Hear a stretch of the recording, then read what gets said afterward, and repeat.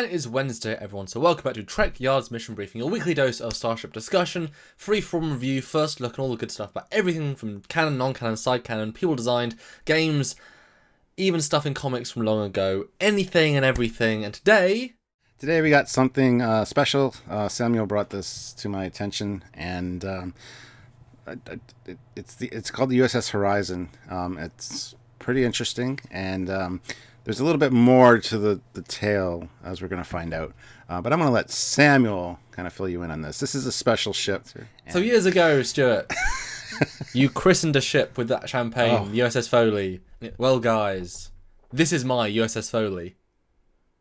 But I didn't call it that. And he's not arrogant enough to call it the USS Cockings. No, arrogance So wrong it's with the USS Horizon. It's a rubbish name for a ship. No, this is the USS Horizon. I don't even know the class name yet. I will say that's still work in development, but it is, for all intents and purposes, guys, the Commander Cockings mostly designed ship. So welcome, guys, to the thing you've been asking for 4 years now. I did it. Here it is. Magic. And boy, is it slightly more finished than you all might think, because you're all hearing about it for the first or maybe second time from paying attention to the other interviews we've done. But for a lot of people, for the videos we've been posting, but for a lot of you, this is, there you go, first look. Yay. I gotta say, I mean, I love the quality of the model too. I still have to get a high-res version of the Foley done at some point. That still hasn't become a thing, but... So what's your first impression of the USS Horizon, the Commander Cockings class? It's sleek, as you would expect from something done by Commander Cockings. It is. It's very much following that Starfleet lineage. Started with the Intrepid, then went to Prometheus, and even things like the Dauntless. That kind of new shape that the Federation is incorporating. Going from more of a shovel head to kind of an arrowhead look. Again, looking fast, standing still. And there's a reason for that. I mean, it does fit in with this fleet dynamic. I can see this in Prometheus side by side. Although, if you note, the arrowhead it's not an arrowhead. It's not a sharp, point. It's a more gentle point. It's more just a progression of that style rather than the ever-progressing, slicey, knifey, It's not a throwing knife so much as just a pointed saucer, if that makes sense. No, I was really impressed when I first saw this, and he did this all in secret, all on his own, so it was all ready pretty much, and then he showed me, and I'm like, you bastard, keeping secrets from me all the time, whereas I shared the development process of the Foley with him on a constant basis. But I gotta say, I am impressed, and it's got an interesting story, I know that. You did have somebody help you a little bit with the design, which I'll let you talk about, because I think it's really awesome, actually. 4 years, I mean, at least 3 people asking, and I we co-designed a ship. There's a couple of things from that I've actually, I was like, nah, I want these bits, so I incorporate them into this, and just sort of... You're talking about the ship that him and I worked on. Yes. Early, but that's another episode. Long story, yeah. So there's a few things I sort of took from that when I was pre-designed anything, And then in fan films, I've had to stretch those creative legs, and that's actually really helped my ability to think of things. And just this whole process of being in Trekyards and being the guys that have to analyze things, you start to see patterns, you start to see shapes, you really have to look, and that helps a lot. So, what do you think about scale, Stuart? Well, as I said, it's very reminiscent of the Prometheus, so I'm assuming it's not much larger than the Prometheus.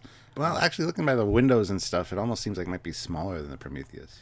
I mean, okay, so we compare it to Prometheus, but does it look tactical like Prometheus? I mean, what does it look like it's designed for? Because sometimes you can sort of get a vibe. It definitely looks tactical, and like I said, with the aggressive, sleek just vibe of the ship, it almost looks like something that's a specialist ship that's got designed... I like to say surgical strike cruiser. It's designed to go into a specific situation, take care of it, and get out. It's not really necessarily an all-purpose ship. I can't see this as an exploratory vessel. It's a little too aggressive for that. So it does seem like a gunboat or something like similar to that. So I would say, yeah, it's probably about the size of the Prometheus or a little smaller.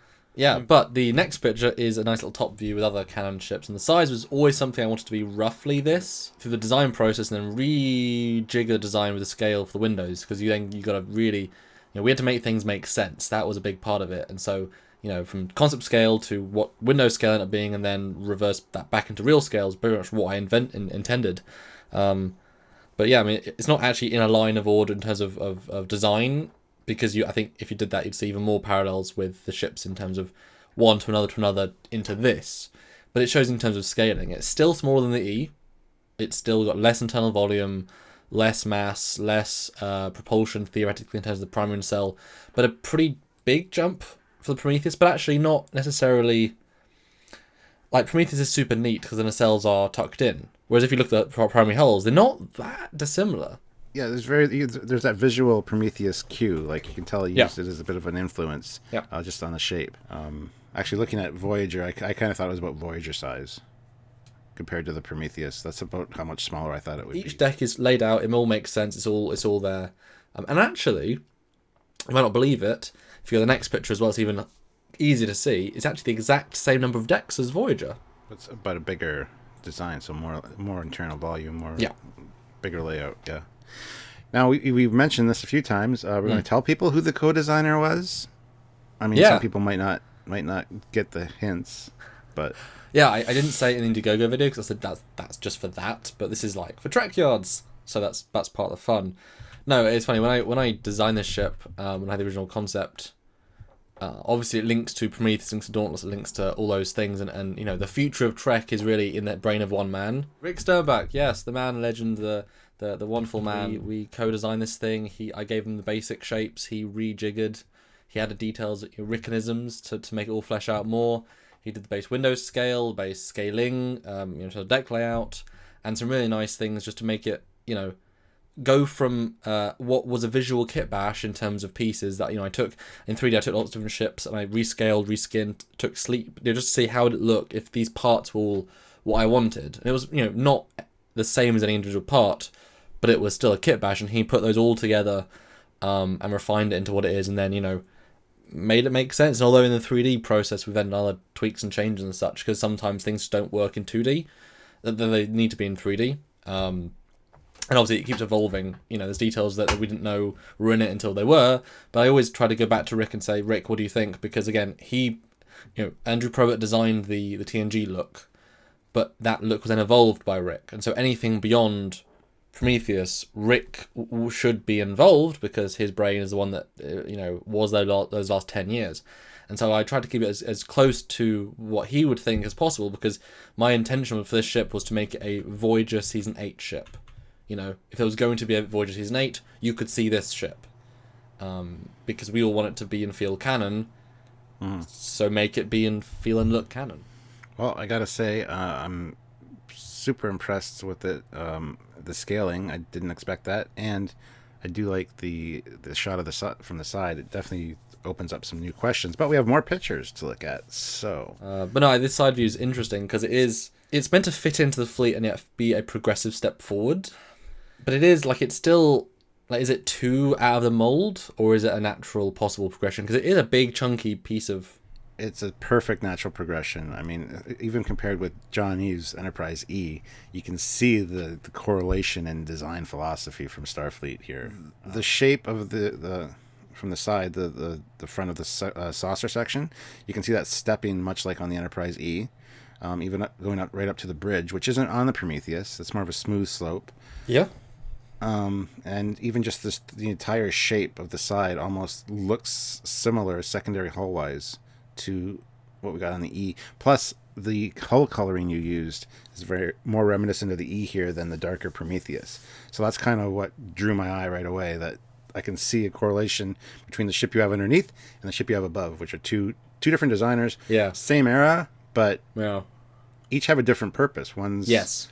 I mean, the Enterprise is still more of a battleship now with the E, but still an explorer. The Prometheus is very much a special forces or special mission ship. So this kind of pulls them both together, and that's kind of cool. Yeah, cool. Yay. Glad it worked. And obviously you can see that there's a suspicious many glowing warp grills.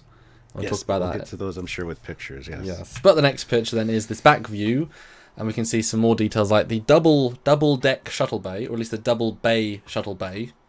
It's funny, it doesn't sound impressive when you look at John Eve's sketch of the E it's a massive just wow bay. Or the D, which is meant to have an entire inner ring. I mean, it's that sounds good, 2 bays, but also the other ships have just cavernous bays. And we've talked about that a few times on Trekyards Originals, and even talking about Starfleet Battles, because a lot of the shuttle bays in those might not have 2 decks like this, but they have what are called drop racks. So they have stuff docked to the upper part of the shuttle bay that when it gets ready to launch, drops the racks drop down, and then they get launched. So it's similar but different. So I do like that. My base idea was that the top shuttle bay is dedicated to like either work bees or the smallest type, the equivalent of the Type 9 shuttle. So if you just need to hop out, you don't need to go to the big bay and try and maneuver around whatever's there. You just take the quick vehicle, which is still capable.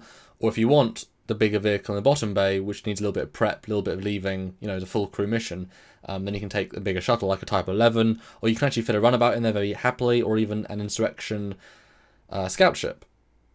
If the mission was to need it. We're going to the store to get milk, but we don't want to take the SUV, so we're gonna take the golf cart that we have parked in the garage. Yeah, exactly. So I thought that was, and it helps to break up the shapes, and I quite like having. It's a little bit harder to see on this one, but the flat little lip. So if you want to like walk out and do repairs, you've got a little bit of extra space, and there are actually 1 door either side of the top bay, which you can actually walk around. They're airlocks. And what do you think of this back view with how integrated everything is and how long that? Because it's a very thin-ish body.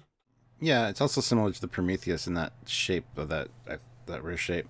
I do like the struts. They're very bulky, yet not. Yes, they're detailed, and that's really cool. And also the engines being on a bit of a canter, so they're not straight or they're not sideways. That's kind of cool. They should have been articulating. They should have been able to go up or sideways. Who really needs that feature? Not Starfleet. Yeah, that was literally, the hull is so slanty that doing that allows you to bring the warp profile in, because you can bring it slightly closer to the hull and still have the complete line for the vents, for the Bassard collectors. But you want that nice, neat warp profile. I mean, do any other ships do that you know of? The Akira does. They're kind of just mounted on the struts. Yep. So. Yeah. Okay. Cool. Yay. Not the actual first in. And again, that's the same evolutionary line of ships. The first contact era kind of introduced this new line of ships. So this is a progression of that. So yeah, that works. I think the Sabres also, they're actually in the hull, but they're actually also on a canter as well. Yeah. Yeah. Exactly. But the next picture is an underside. This is a pretty detailed underside. Very flat, but a lot going on. So what strikes out to you here then? What? The 15 warp nacelles that I see. 15. Well, actually, there's to be fair. 2 on top, 2 on the bottom of each of those, and 2 on the bottom of the secondary hull, and 2 what look like mini warp engines on the.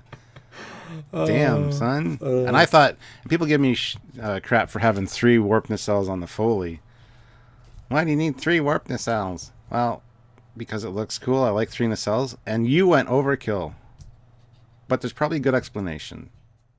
No, they're all very different. I stay away from kit bashing in this model, because each one should feel different, should be functionally different if there's a reason for it to exist. Constellation, it's very generic. It's just there. It's a 4 or 2 pairs, and you can just swap, and you can just. It's very simple, And Prometheus, it's very specific.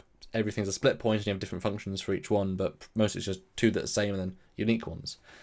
But yeah, we've got a lot of nacelles. We've got primary, secondary, and tertiary nacelles, and then you got what's 4? Quandary? Quattro? Yeah. The fourth. Unnecessary is what it's called. Nope. No, those okay. So the primary warp nacelles are the big ones, as you can imagine. Yes. Secondary nacelles are the ones in the wingtips. Yeah. The tertiary nacelles are the small ones attached to the hull that are sort of stuck on to the main hull. Okay. Yeah. The warp sustainers are underneath the primary nacelles. Nice. So they're not full warp drive units. And also, I thought that had made sense. Like, I don't think anyone's ever done that before necessarily. Yes. I have a question. Okay. So the big nacelles get it up to speed. I suppose it's pretty quick.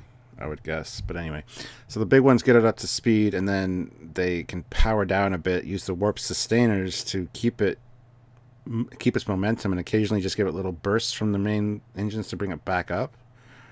How does that work? Kind of. The warp sustainers, I mean, we've seen them on the Calypso, like the Captain's Yacht, and a few other things as well. Plus, torpedoes, of course, have warp sustainers. Because they get launched at warp, they need to maintain warp for a little while. So what are the purposes of the warp sustainers then?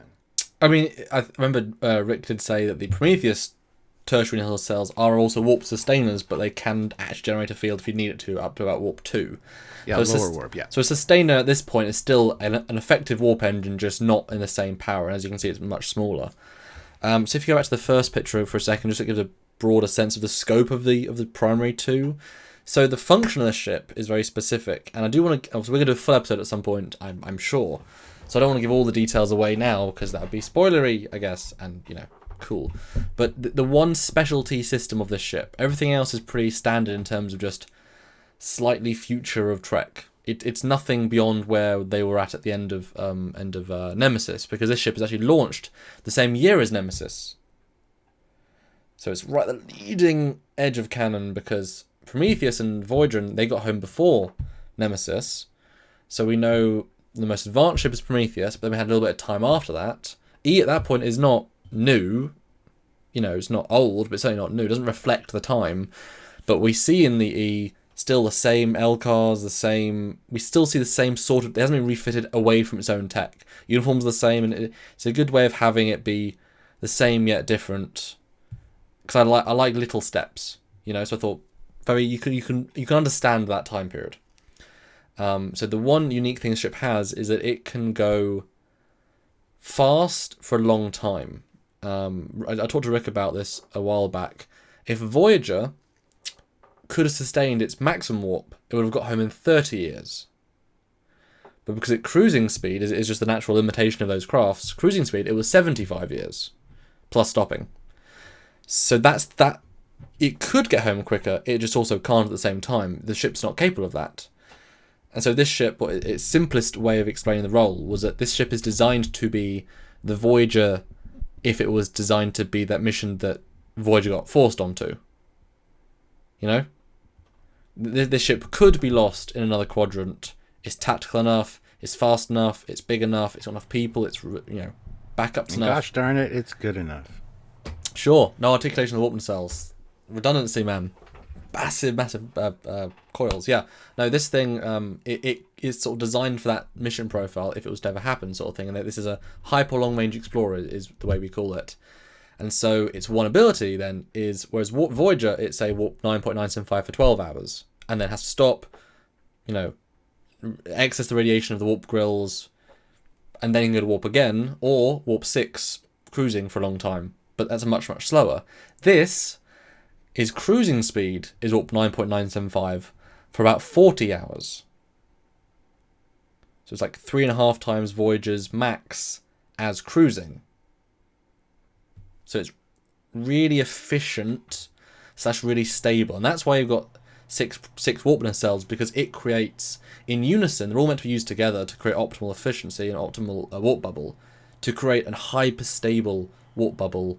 And then internally you've got very hyper-efficient, deuterium reaction and such, that allows, those 40 hours of constant, very, very quick flight. And while the Prometheus or E might be able to outmatch it in terms of speed, that thing will have to slow down far quicker than this will have to, which means, in terms of, okay, suddenly 1 hour after the other ship slowed down, we've passed it, by a mile, and kept going, What do you think then?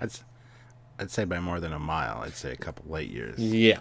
At least maybe a couple dozen light years. Couple of, yeah. Anyway, I think that's really interesting. I do like that. It's kind of like it's like a marathon runner as opposed to like a sprinter. Yeah. That's a good way to describe it. Yeah, it is actually.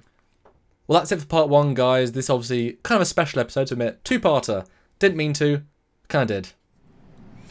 Come back next time for part 2, where we got a lot more details and cool stuff to look at on this fantastic design, and some more stories from the man who designed her right there, Commander Cockings. Some cool stuff coming up, guys.